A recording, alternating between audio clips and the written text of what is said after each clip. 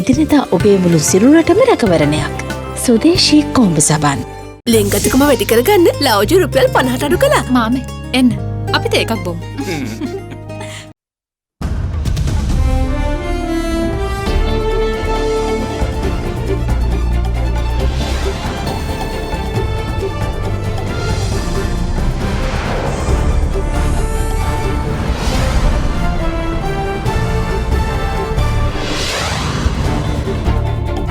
Tonight, country first. President Gotabaya Rajapaksa says he won't hesitate to withdraw the country from any organisation that exerts undue pressure on war heroes. I will not allow anyone or organisation to exert undue pressure on them and harass them. Public caution. Authorities issue flooding and landslide alerts stemming from cyclone Amphan over many parts of the country. Working as one, Health Minister tells World Health Assembly Sri Lanka ready to share COVID-19 experiences with global community. Sri Lanka is committed to share our experience always and learn from best practices to save lives and finally to control the pandemic together with the global community. Fake news alert. Defense Secretary urges the public to beware of misleading social media posts regarding extremist threats. All this and much more coming up on this Tuesday, the 19th of May 2020. හැටනමයයි 97ට SMS කර රුපියල් මිලියන 3ක මුල්තැන්ගේ උපකරණ දිනාගෙන අවුරුද්දෙම කුස්සිය time save කරගන්න. From AdaDerana, this is AdaDerana First at 9. Live from Studio 24 in Colombo. Good evening and welcome to First at 9. I'm Shanella Fernando. Moving on to your top story for tonight. President Gotabaya Rajapaksa today asserted that he will not hesitate to pull out from any international organisation targeting and levelling allegations against Sri Lanka's war heroes, while insisting that they will not be discredited for the countless sacrifices made. The President made these remarks at the War Heroes Day commemoration to celebrate victory over what is described as one of the world's most brutal terrorist groups, the LTTE, at the War Heroes Memorial in Battaramulla. It's been 11 years since Sri Lanka defeated the Liberation Tigers of Tamil Eelam, which held a tight grip on the north for 30 years, killing thousands of civilians and political leaders with the objective of carving out a separate Tamil state in Sri Lanka. The victory is all the more special as Sri Lanka defeated a terror group that perfected the use of suicide bombers and, according to the FBI, invented the suicide belt, pioneered the use of women in suicide attacks, and assassinated 2 world leaders, the only terrorist organization to do so. The terror group, which was deemed impossible to be defeated by many countries, was finally defeated at the hands of our war heroes.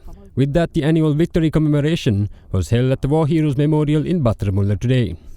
Followed by the arrival of Prime Minister Mahinda Rajapaksa, the ceremony was presided over by President Gotabaya Rajapaksa. විධායක ජනාධිපති වර්තමාන ගරු අග්‍රාමාත්‍ය මහින්ද රාජපක්ෂ මැතිතුමන්ගේ සම්ප්‍රාප්තිය ග්‍රහණය කළ නොහැකියයි සිතූ ඔවුන්ගේ බලකොටු දුන් එදා ආරක්ෂක ලේකම්තුමන් காப்பு செயலாளர் பதவியை ஏற்று களத்திலே நின்று முற்றுமுழுதாக வழிநடத்தி சென்று இந்த நாட்டை மீட்டெடுத்த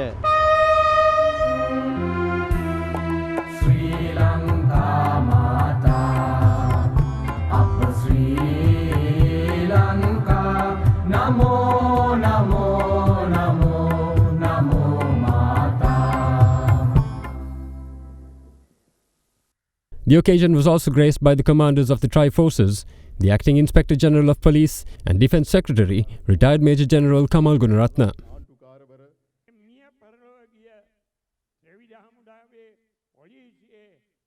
Keeping in mind the prevailing global pandemic, attention was also paid to health measures. President Gotabaya Rajapaksa addressed the nation at the event. මානුෂික මෙහෙයුමේ අවසාන අරමුණ වුණේ රටට දීර්ඝ කාලීන සාමයක් උදා කර දීමයි. රණවිරුවන් කළේ සුවිශේෂ කැපකිරීම නිසා අද අපට ඒකීය රටක් තුල නිදහසේ සහ සාමකාමීව ජීවත් වීම සඳහා අවස්ථාව ලැබී තිබෙනවා. ඉතිහාසය පුරා මේ රට තුල සිංහල, ද්‍රවිඩ, මුස්ලිම්, මැලේ, බර්ගර් ආදී සෑම ජනත කොටසකටම සමානව ජීවත් වීමේ අයිතිය තිබුණා. අන්තවාදීන්ට අවශ්‍ය වන්නේ අපව බෙදා වෙන් කරන්නටයි. ඔවුන්ගේ අරමුණ ඉටු වුණා නම් අපි ඉතිහාසය වෙනස් වෙනවා. ඒ විවසනයෙන් රට මුදා ගැනීමේ ගෞරවය දීර්ඝ කාලයක් මුළුල්ලේ අපේ රටේ සාමය වෙනුවෙන් සටන් කළ සියලුම වීරෝදාර රණවිරුවන්ට ලබා දිය යුතුයි. යුද හමුදාවේ අවුරුදු 20ක සක්‍රිය සේවයේ යෙදුණු නිලධාරියෙකු ලෙසත් පසුව දසවසරක් ආසන්න කාලයක් ආරක්ෂක ලේකම්වරයා ලෙසත් පුරවැසියෙකු ලෙසත් අපේ රණවිරුවන් කළ කැපකිරීම පිළිබඳව මට හොඳ අවබෝධයක් තිබෙනවා. යුද්ධයේ වේදනාව මම හොඳින් හඳුනනවා.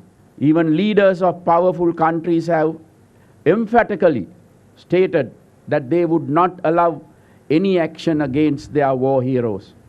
As such, in a small country like ours, where our war heroes have sacrificed so much, I will not allow anyone or organization to exert undue pressure on them and harass them.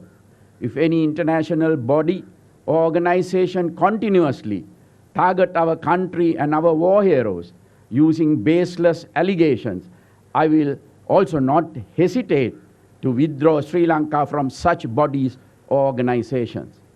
දසක 3ක් පුරා බෙදුම් වාදයට එරෙහි සටනට දායකත්වයේ සැපයූ සියලුම රණවිරුවන්ට හා ඔවුන්ගේ පවුල්වලට අපි මේ අවස්ථාවේ ජාතියේ ප්‍රණාමය පුද කරනවා. The President, other invitees, members of the tribe forces and the relatives of the fallen war heroes placed floral tributes at the war memorial.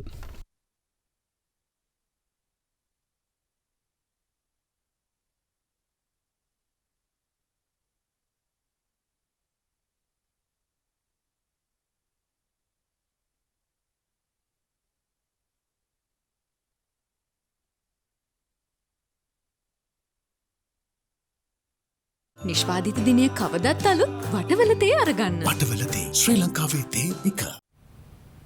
As super cyclone Amphan lies just 900 kilometers off the coast of Trincomalee, Assistant Director General of the Disaster Management Centre Pradeep Koripilli has warned residents living along the banks of the Ging, Kalu and Mahavali rivers to take necessary precautions as minor flood levels have been reported. Meanwhile, the National Building Research Organisation has issued yellow and amber alerts for Gaul, Matale, Ratnapura, Kalutara, Matara, Kegol, Kandy and Norelia, while a red alert has been issued for certain areas in the Ratnapura district. The supercyclonic storm Amphan over West Central Bay of Bengal lay centered about 900 kilometers northeast of Trincomalee at 11:30 p.m. yesterday, says the Meteorology Department. It is very likely to move north and northeastwards towards the West Bengal coast during the afternoon of 20th May. The sea areas around the island are expected to be rough, with the sea area extending from Puttalam to Trincomalee via Colombo, Gaul, Hambantota and Portugal very rough at times. Temporarily strong gusty winds up to 70 to 80 kilometers per hour and very rough seas can be expected during thunder showers. The fishing and naval community are requested to be attentive regarding future forecasts issued in this regard. Meanwhile, the Department of Meteorology has issued an advisory this morning announcing that the prevailing showery conditions in the southwestern part of the country, particularly in southern, western, Sabargamu and central provinces, is expected to continue further. Heavy rainfall above 150 millimeters will occur at some places in Nuvarelia, Ratnapura, Kegol, Karutara, Gaul and Mathura districts during the next 24 hours. The Met Department warns that wind speeds could increase up to 50 to 60 kilometers per hour at times over parts of the island. The general public is also requested to take adequate precautions to minimize damage caused by lightning activity during thunder showers. Meanwhile, the Assistant Director of the Disaster Management Centre, Pradeep Koripilli, reported minor flood situations following the rising of water levels in the Ging, Kalu and Mahavali rivers, with some minor rockfall in the Ratnapura area. At the moment, there are some minor flooding situations in Sri Lanka, especially in the Ginganga. The water levels are rising up to the minor flood level at Tavalam and Badigama. And in Kaluganga, there are minor flood situation in Ratnapura area. The lowlands been still inundated. There is no evacuated persons being recorded so far, but all the disaster management officials are being coping with that particular situation. In Kalaniganga, Holambua and the Naud area have been alerted with the alerting water levels of the particular areas, and in Nilvala Ganga, there are 3 locations been identified as alert level. Pitapedar, Urav and Panadugama, people are living around these areas has to be very vigilant with that situation. In Mahavali River also, from Navalupitia, there are rising water levels been observed. So people need to be very vigilant with with that particular situation. And National Building and Research Organization that they have issued a warning of possibility of landslide, especially the yellow and amber color. The warnings been issued in Galle, Matale, Ratnapura, Kalutara, Matara, Kegol, Kurunagala, Kandy, Nuwara. So special red warnings been issued to Ratnapura district in Ayagama, Ratnapura, Alapatha, Kalawan and Kiriyalla. So people has to be very vigilant with the situation. More news on the other side of this break. Stay tuned.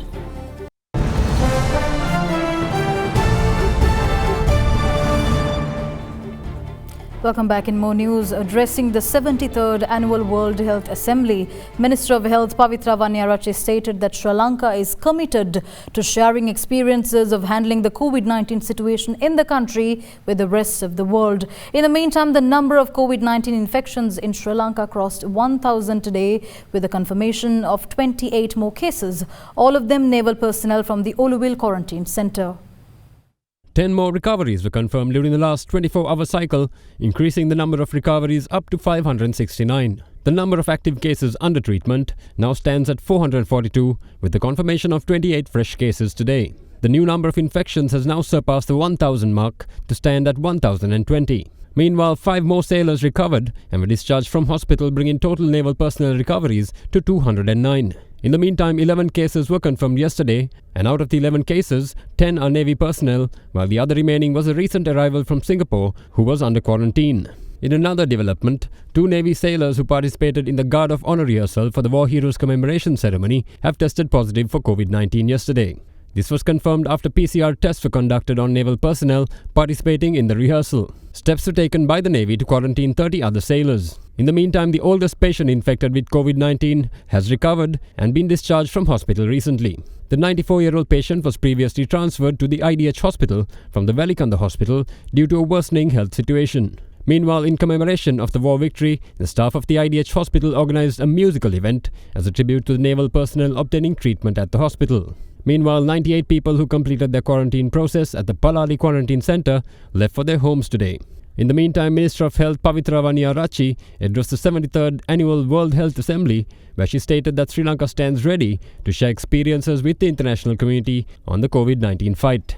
At the outset, on behalf of the government of Sri Lanka, let me appreciate the leadership of Dr. Tedros, Director General of WHO, for excellent guidance provided during this challenging time. Sri Lanka has a well-established primary healthcare infrastructure. I would like to emphasize about the present pandemic of COVID-19. While giving focused attention on controlling COVID-19, we are determined to provide our continued care for other diseases, ensuring smooth conduct of healthcare services in Sri Lanka. Sri Lanka is committed to share our experience always and learn from best practices to save lives and finally to control the pandemic together with the global community. Corona වෛරසය පැතිරීම වළක්වන්න සබන් යොදා දෑත් සෝදන්න. The hearing of the fundamental rights petitions challenging the Gazette notification issued by the President dissolving Parliament and the announcement of a fresh date for the general elections by the Election Commission was taken up for hearing by a 5-member bench of the Supreme Court for the second day today. However, following submissions filed by attorneys representing several petitioners, the hearings were postponed till 10 a.m. tomorrow. The petitions filed challenging the Gazette notification to hold the general election on the 20th of June and the Gazette issued by the President dissolving Parliament were taken up before the Supreme Court this morning.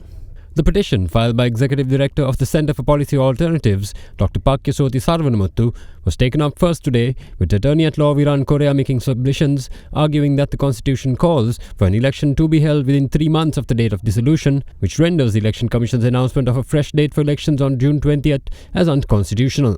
Following this, Attorney Surain Fernando, filing submissions on behalf of the Samagit Jana Balawegaya, the Jatika Helurumaya and the New Lanka Freedom Party, calling for Parliament to be recalled under these circumstances, also argued argued that according to the Appropriation Act passed in 2019, the government is only permitted to use public finances until 30th April, rendering any such further use after this date illegal. Further, President's Counsel Ikram Mohammed, appearing for SLMC leader Rauf Hakim, argued that the Constitution does not permit the Parliament to remain dissolved for a period exceeding 3 months after the date of dissolution, and that with elections and convening of Parliament not able to happen as stated, the Gazette notification issued by the President on 2nd March to dissolve Parliament is null and void. He added that due to the President alone possessing the power to set a date for the election, the decision by the Election Commission to announce the revised date of 20th June is illegal and unconstitutional. Following this, when the petition filed by Democratic United National Party Secretary Ariyavansa Dissanayake was taken up, the judges pointed out that notice had not been served to former Speaker Karu Jayasuriya, who has been named as a respondent. Accordingly, the 5-member Supreme Court bench adjourned the hearing till 10 a.m. tomorrow and ordered the attorney to ensure notice is served to the respondent without fail. Appearing on behalf of the Attorney General's Department, Additional Solicitor General Indika Devamuni De Silva stated that the Attorney General is expected to file preliminary objections regarding all the petitions.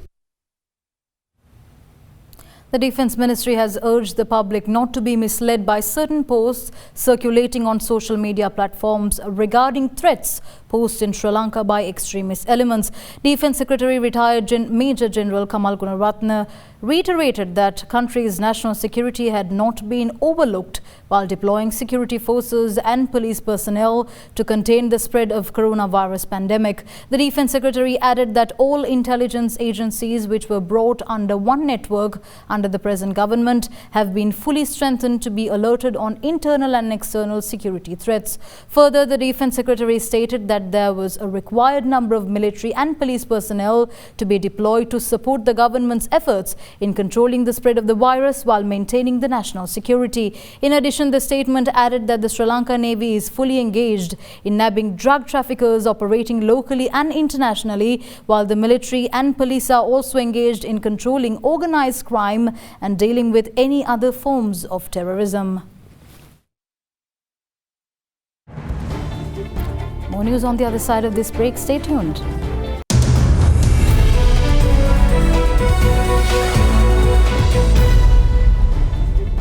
Welcome back in your business news. Sri Lankan stocks closed 2.18% up in a retail-driven rally, with high net worth individuals bottom fishing selected stocks, while the rupees was steady in forex markets. Furthermore, foreigners remained on the selling side during the day's trading. Meanwhile, the rupee was quoted around 187 rupees and 25 cents to 188 rupees and 75 cents.